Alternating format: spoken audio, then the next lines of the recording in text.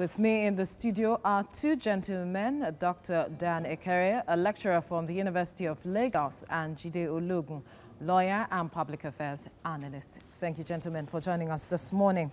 Let's head straight to the papers this morning, and I start with the New Telegraph. Fuel scarcity looms. Depots run dry as supply hitch rocks Lagos tank firms.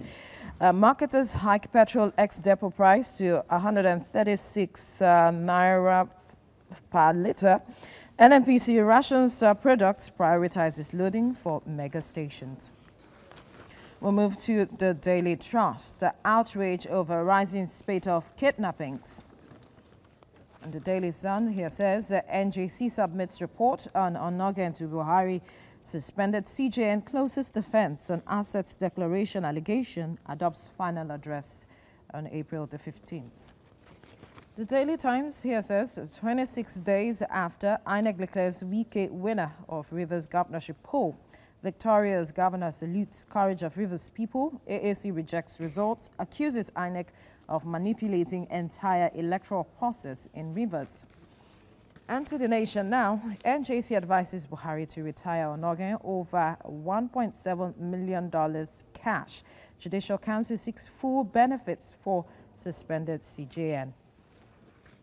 The blueprint, NJC decides on Onogen Mohammed's fate, writes Buhari.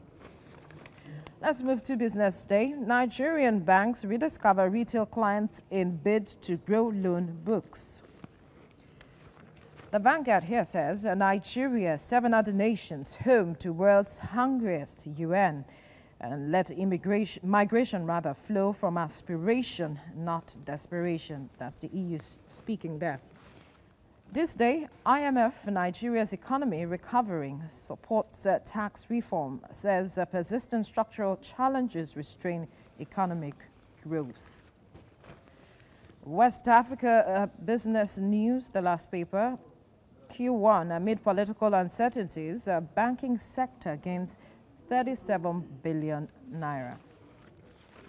Now, gentlemen, one story that would definitely interest you is on the front page of the New Telegraph, and it says, fuel scarcity looms.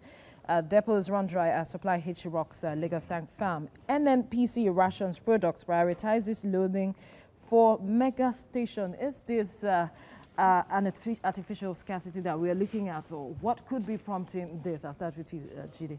You know, gross mismanagement. The exploration for oil started in Nigeria around 1907. We had a breakthrough in 1956, and NNPC was established in 1977. We have 4 refineries out of the 700 in the world. Why are our refineries not functioning? And we boast of spending about 1.4 trillion naira annually on subsidies. So the big question we should be asking is that, why are we so blessed with the natural resources, and yet we are incapable of enjoying these resources because there is a cabal that is there mismanaging? And I have made a request. Why don't you beam the searchlight, if there is sincerity of governance, on those managing that aspect of our lives? It's not there, and the people are suffering. We were just proclaimed as the headquarters of poverty. We are battling with that. The latest report is that about 113 million Nigerians are within the hunger bracket. I mean, it's disturbing. And here we have this again. I mean, in the private sector business environment, will you allow this? Let's take Nigeria as an investment project. It's sad, it's sad, it's sad. And if this comes upon what we have now, it will be quite devastating. Now, don't forget that the fuel we're talking about is not just for, powering your vehicles. We are in a country where the power supply is so disturbing. You have to buy for generators, for different things. What about the byproducts of refining this oil that will benefit the economy? So I think it's gross mismanagement, and we must stop treating symptoms. Let's go to the root cause of all this. We'll come back to dealing with the roots. Let's quickly get Dr. Kere's perspective. Now, marketers hike petrol ex-depot price to 136.5 naira per litre. Is there a hiking price in view? Because though reports are saying that we are not increasing the price, but now at the ex-depot price at 136. Well, there could be a lot of possibilities now. You know, don't forget that each time government wants to play a smart one in that realm, they create the enabling environment. They could just be one of those enabling environments to increase either the pump price. Now, if that is not the case, you will equally find a scenario in which, because the thing is scarce, the marketers are certainly going to increase, you know, the price. It will be in the stations, all right? But the environment will be such that for you to get it, you will see the usual struggles, and at the end of the day, people will pay more than the, you know, official pump price, even when they will not increase the pump price per se. You get there, it will still be 145 or thereabout, but what you will pay eventually will be more than that. As we speak today, there are several states where this product never sell for 145 per liter.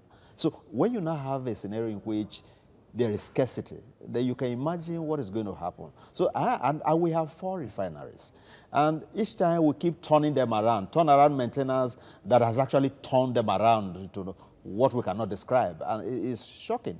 Huge resources are pumped into that. And I remember very clearly when, you know, Ibe Kachuku came on board, one of the promises he made was that these refineries were going to function maximally, you know, to capacity.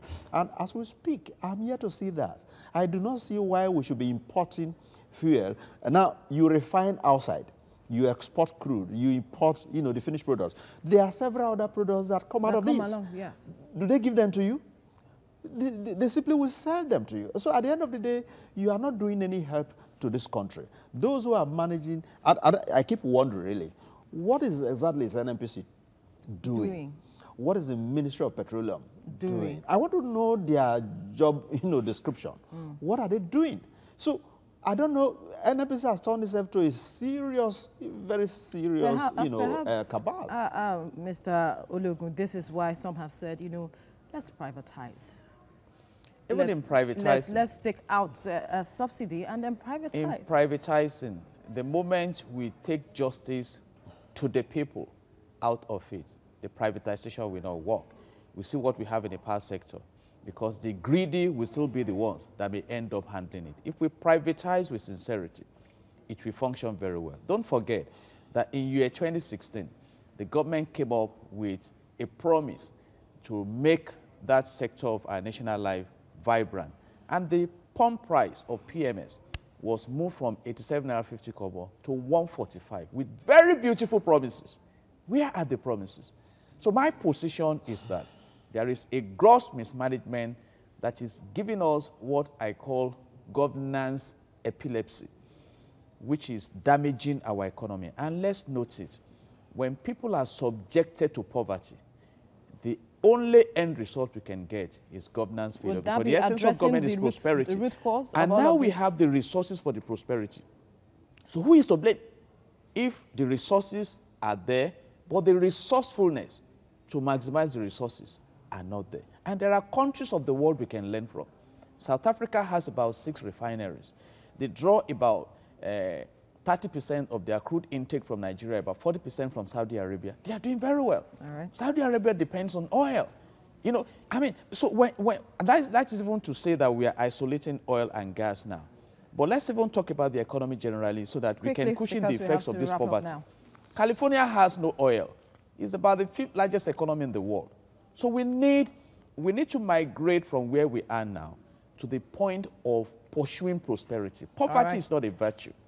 We need to move to the point of pursuing prosperity. Dr. Dan Ekere, Mr. Jide Ologun, thank you for your time on TVC Breakfast.